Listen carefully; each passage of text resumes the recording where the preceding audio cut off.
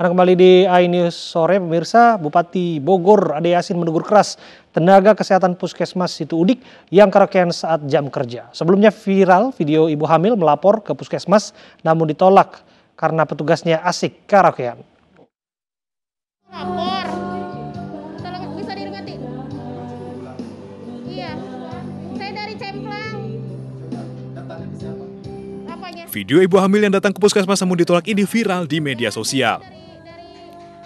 Saat penolakan, dari dalam Puskesmas terdengar alunan musik dan suara orang tengah bernyanyi atau karaokean. Berobat ke Puskesmas yang di... Hingga video usai direkam, sang pasien tetap tidak diizinkan masuk atau diperiksa dan suara keras orang yang menyanyi masih terdengar. Kepala Puskesmas Situ Udik membenarkan kejadian ini. Saat kejadian, ada 3 orang yang bertugas. Sebenarnya nggak tutup, jadi sebenarnya pas sedang bersihkan karena udah kelihatannya pasiennya udah sepi.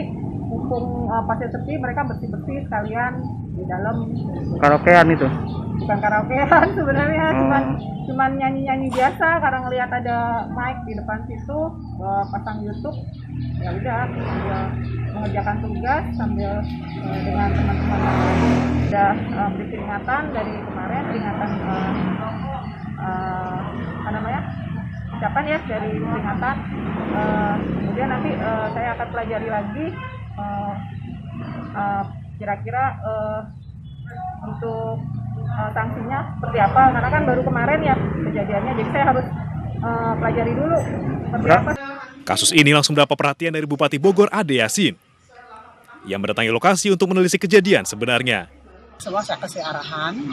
Tadinya kalau memang ada alat karaoke-nya mau saya sita, tapi ternyata tidak pakai alat karaoke, tapi pakai sound system yang untuk panggil pasien begitu ya.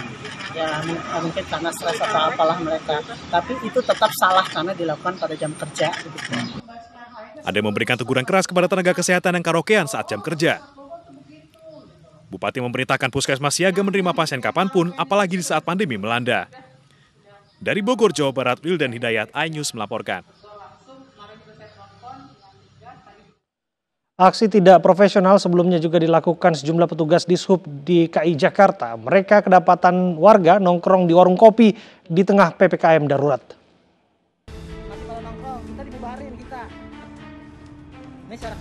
Bukannya memberi contoh yang baik bagi warga, para petugas Dinas Perhubungan DKI Jakarta ini justru kedapatan nongkrong di sebuah warung kopi di tengah PPKM darurat. Aksi ini terekam kamera warga dan menjadi viral. Konsekuensi pun harus ditanggung 8 anggota Dishub DKI ini. Mereka mendapat hukuman disiplin tingkat berat, yaitu diberhentikan. Karena adanya pelanggaran terhadap peraturan gubernur yang ada, maka kepada jajaran Dinas Perhubungan yang melakukan pelanggaran sudah kami lakukan pemeriksaan secara ketat dan telah memenuhi unsur untuk diberikan sanksi kategori berat, yaitu berupa pemutusan hubungan kerja. Dalam aturan PPKM darurat, warung kopi, restoran, atau tempat makan lain dilarang melayani makan di tempat.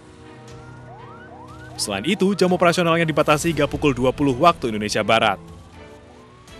Tim iNews melaporkan. Polisi menangkap pelaku penimbunan 43 jenis obat dan vitamin untuk COVID-19 di Surabaya, Jawa Timur. Pelaku sengaja menimbun agar bisa dijual dengan harga tinggi.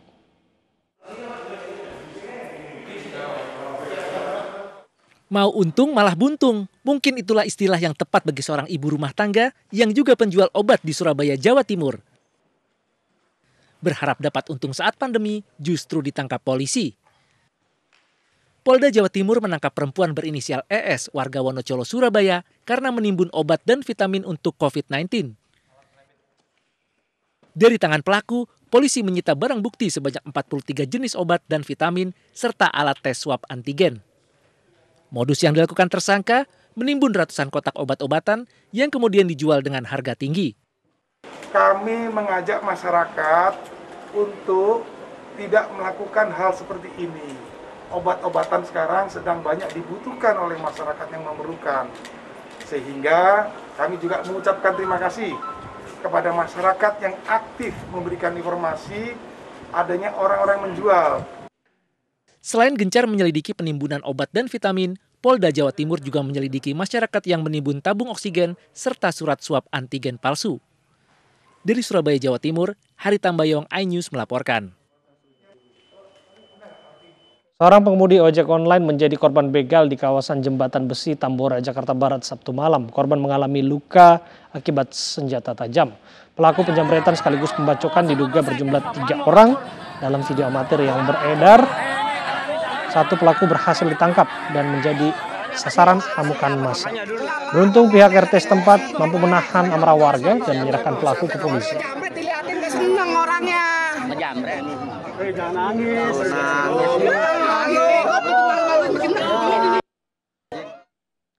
Dan saat ini kami sudah bersama dengan Raizan Al-Fazri, salah satu pengemudi ojol yang menjadi korban begal. Selamat sore, Mas Raizan.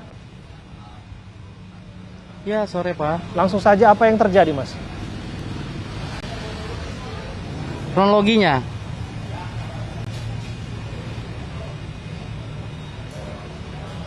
Betul, Mas. Bisa diceritakan kronologis kejadian? Ya, saya seperti biasa ya. Saya lagi nunggu orderan, antrian di Martabak Kenongan. Nah, saya tiba-tiba ngedenger suara jambret ya kan. Nah, spontan saya bangun. Nah, saya hadang itu jambret. Saya hadang, saya ringkus. Udah saya pegang. Si jambretnya itu posisi tengkurap. Nah, saya pegang lehernya. Nah, nggak lama kemudian saya didorong sama orang. Saya itu salah satu teman pelakunya itu dia ngayunin parangnya itu kan. Setelah ngayunin parangnya itu, nggak lama kemudian saya dengar teman saya kena gitu. Ya udah, setelah itu saya mau ngomong lagi, mau lawan juga mau gimana, dia juga bawa parang gede banget, panjang bener ya, saya juga bingung. Ya udah, saya mundur aja. Artinya Anda sempat terluka atau teman Anda yang mengalami luka? Saya sempat kegores aja sedikit sih karena parang itu. Tapi yang lebih parah teman saya satu lagi. Apa yang sebetulnya diincar oleh begal atau Anda menggunakan istilah jambret tadi, Mas Raizan? Ya, saya juga nggak tahu, soalnya kan posisi saya lagi nunggu orderan nih, ya kan. Jadi saya cuma dengar dari situ jambret. Ada orang lari kan. Saya pikir itu pelakunya, ya udah saya hadang aja, saya ringkus. Saya memang benar saya pengen ringkus gitu kan, pengen saya pegang aja gitu kan. Nggak lama kemudian teman-temannya itu ngebelain si pelaku itu. Ya, berapa orang yang membela pelaku? Ya begitu, ada aksi. Ada 3. Ada 3. Disebutkan tadi dalam informasi sebelumnya 1 orang yang tertangkap.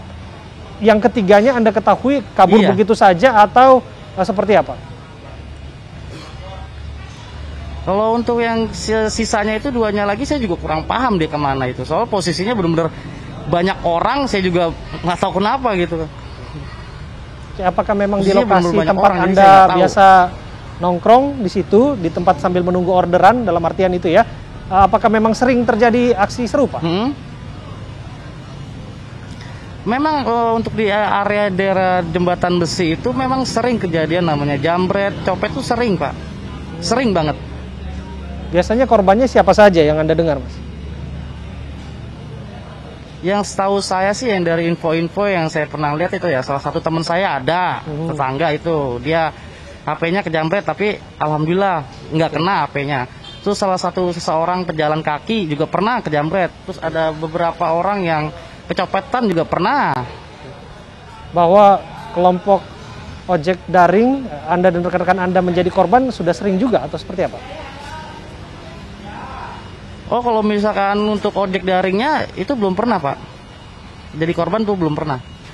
Oke, terima kasih atas informasi Anda. Kami berharap bahwa petugas bisa membekuk siapapun yang berhasil meloloskan diri. Terima kasih Mas Raizan atas informasinya bersama kami.